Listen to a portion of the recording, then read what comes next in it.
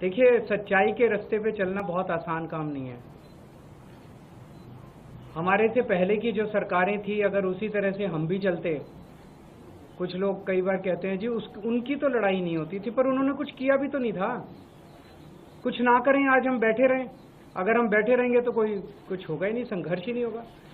हम ये काम कर रहे हैं। हमने मनीष सिसोदिया ने स्कूल ठीक किए, इसीलिए वो जेल गए। सतिंदर जैन ने मोहल्ला क्लिनिक बनाए, इसीलिए वो जेल गए। मैंने बिजली फ्री करी, इतने सारे काम करे, इसीलिए मैं जेल गया, इसीलिए इतना संघर्ष है।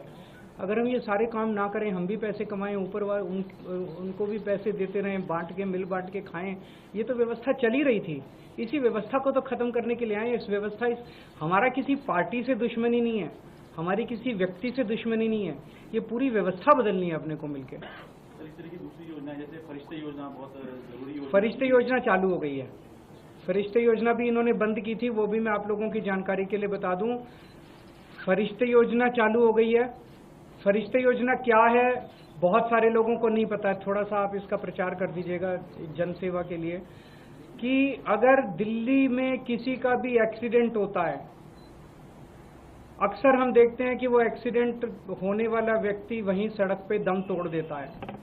कोई उसको अस्पताल नहीं ले जाना चाहता, दो कारण से। एक तो उसको लगता है मेरे ऊपर पुलिस केस हो जाएगा, मैं पचड़े में पड़ जाऊंगा। दूसरा इसलिए कि जिस अस्पताल में लेके जाऊंगा, उस अस्पताल वाले कहेंगे पहले इसके पैसे जमा करा, अस्पताल वाले उसको एडमिट नहीं करेंगे।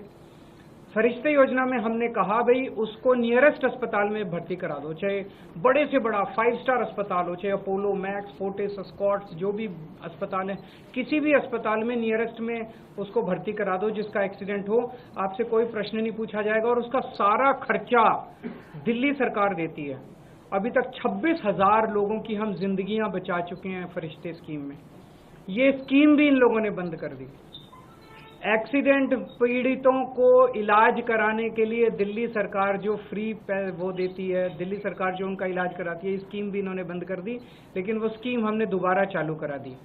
इसके अलावा जब आप सरकारी अस्पताल में जाते हो, सरकारी अस्पताल में अगर लंबी लंबी लाइनें होती हैं, अगर पता चले भाई कोई सर्जरी है, वो सर्जरी आपकी नहीं हो पा रही और 1 महीने बाद का टाइम मिल रहा है, आपको कोई टेस्ट है, वो टेस्ट अभी नहीं हो पा रहा, मशीन खराब है, मशीन खाली नहीं है, तो वो सरकारी अस्पताल आपको रिकमेंड करता है प्राइवेट में जाके आप अपना इलाज करा लीजिए, अपनी सर्जरी करा लीजिए, अपनी टेस्ट करा लीजिए।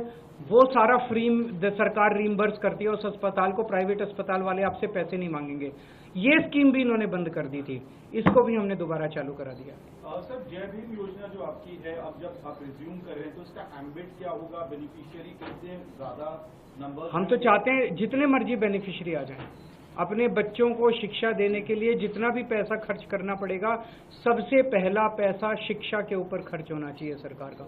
इसमें there is no limit to beneficiaries. Scholarship amount भी सर कुछ तय कर रहे हैं? स्कॉलरशिप तो 2,500 रुपये स्कॉलरशिप नहीं देते हम, उसका सीधे वो जाए, उसमें एडमिशन ले ले कोचिंग इंस्टीट्यूट में, उस कोचिंग इंस्टीट्यूट को सीधे उसकी फीस रीइंबर्स हो जाती है, उससे पैसे नहीं लिए जाते। पंजाब के प्राइमरी स्कूल के टीचर्स रिजाइन जा रहे हैं, इससे पहले दिल्ली के टीचर्स को जब बाहर भेजा जा रहा था उसमें काफी अड़चने आई।